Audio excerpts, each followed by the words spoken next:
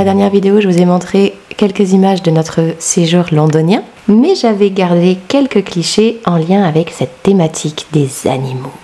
Parce qu'ici, on est des amis des animaux, bref, on est des amimaux.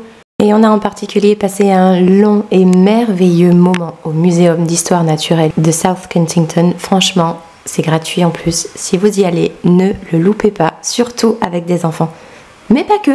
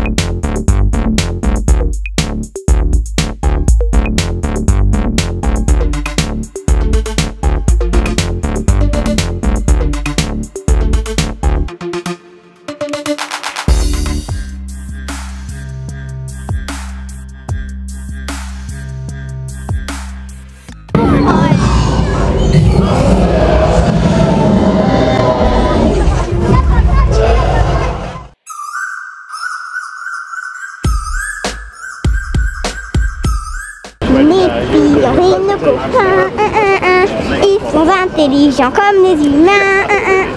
Les pigeons, ils ont toute une vie complexe. Les pigeons, ils marchent sur des kilomètres. Les pigeons, c'est nos copains.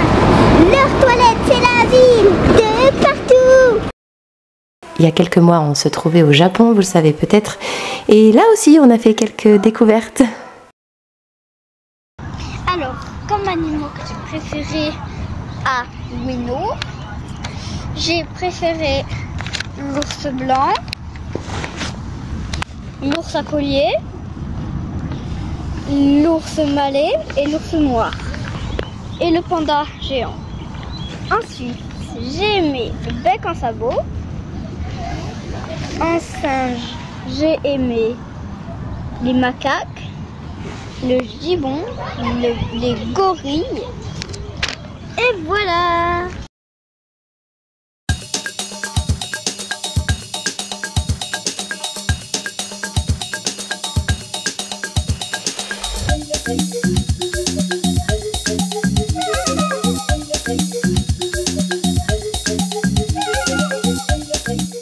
Même si vous voyez pas qu'il y a de l'eau, ne vous inquiétez pas, il est dans l'eau.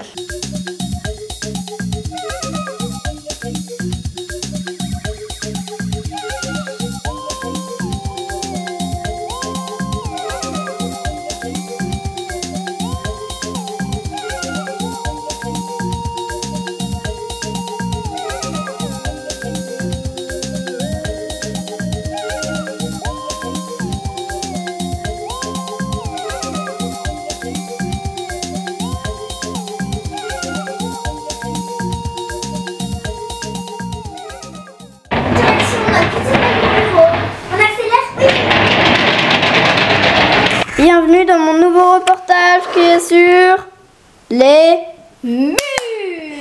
J'ai un phasme-feu sur l'appareil photo.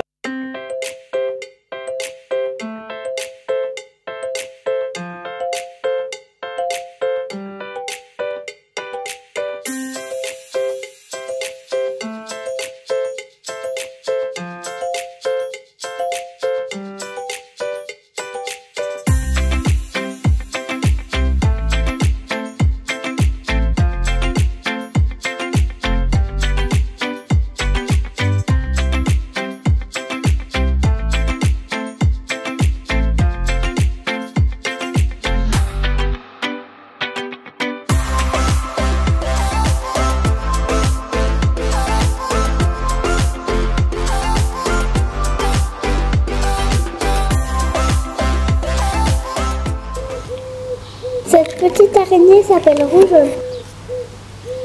Elle est si mignonne. Oui, elle est contente. Voici mon reportage sur les bébés araignées. Comme vous pouvez le constater, ils font des grappes. Ces bébés araignées, c'est des bébés hyperfatiés. Les bébés araignées savent tisser leur toile dès la naissance. Leur mère fait un petit cocon de soie où déposer leurs œufs.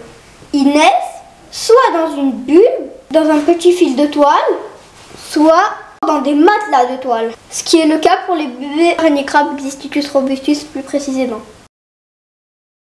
C'est une maman araignée. C'est une araignée, elle s'appelle la saltique, noire et rouge. C'est une femelle.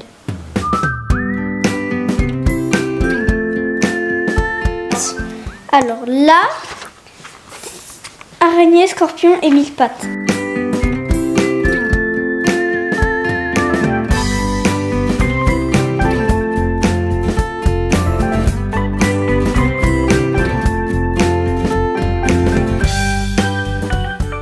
Voici le vivarium à tout. Qu'y a-t-il dedans? Observons ça de plus près. Voici Bibi. Vous avez un gloméris, vous avez vu? Il aime bien qu'on le caresse. Regardez, un jeune gloméris qui se balade. Comparé à Cosmos. Il s'appelle Cosmos lui, j'ai oublié de préciser.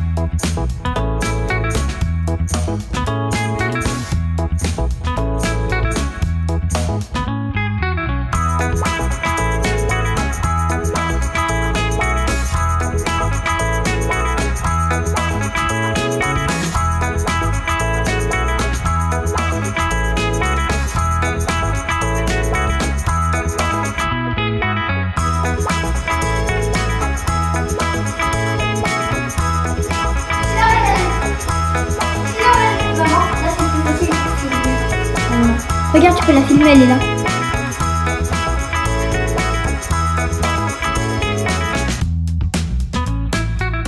J'ai décidé de commencer par un roman au titre diablement d'actualité pour nous, puisqu'on est en plein dans l'élevage des fourmis. Bon, ça fait quelques années que ça dure. Bernard Werber, me voilà.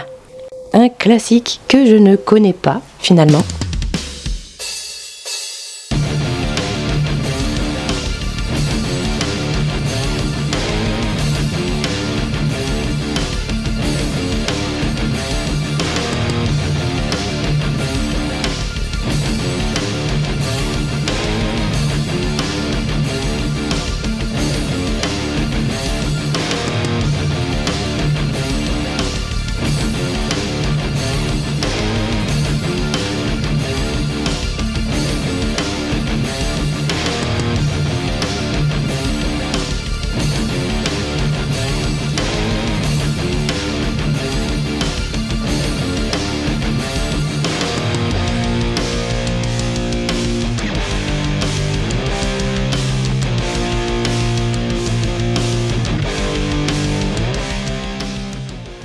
Bon, je comprends pourquoi ce livre est devenu un tel phénomène.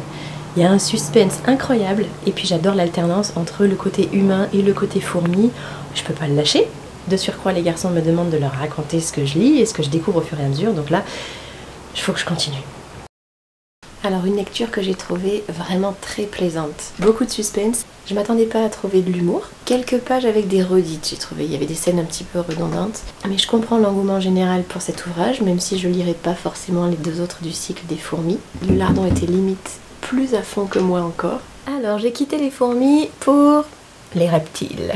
Ça fait bien longtemps que je n'avais rien lu d'Alexander McCall Smith. Et pourtant de lui, j'ai adoré toute la série édimbourgeoise. Avec Isabelle Dalhousie dans le rôle principal.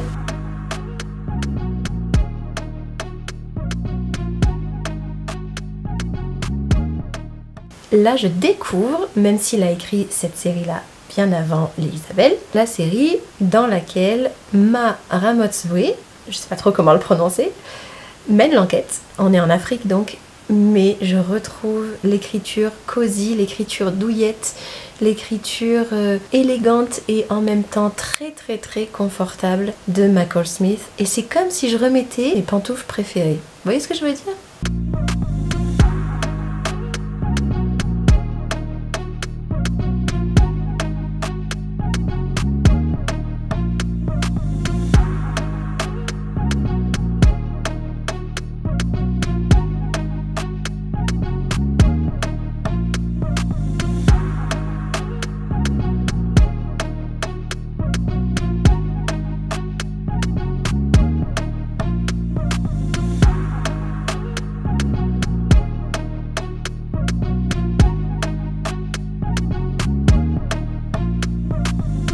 Plus j'avance dans cette lecture et plus je trouve de points communs entre l'écossaise Isabelle Dalhousie et notre héroïne du Botswana. Toutes les deux ont la même façon de voir l'humanité, toutes les deux ont la même façon de se poser plein de questions, de laisser leur esprit vagabonder et d'ouvrir tout un tas de réflexions.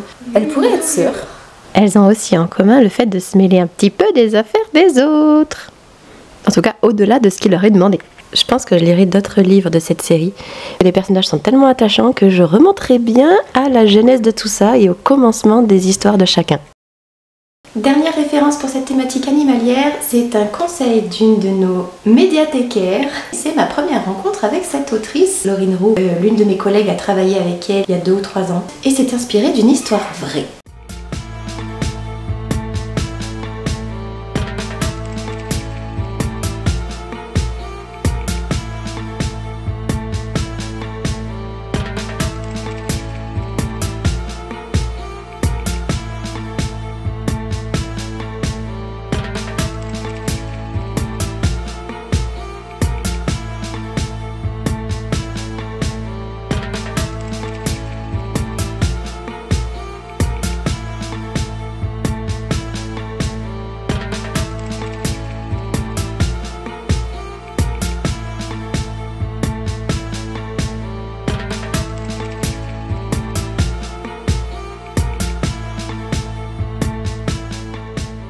À un quart de ma lecture, je peux déjà dire que j'apprécie beaucoup l'écriture de l'autrice. Elle est en même temps très juste, très ciselée et assez facétieuse.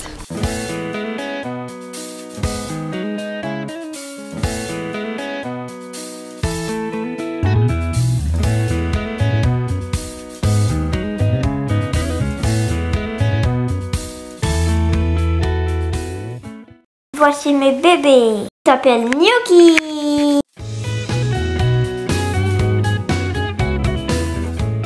Et là, c'est leur couche. Parce qu'ils en ont besoin.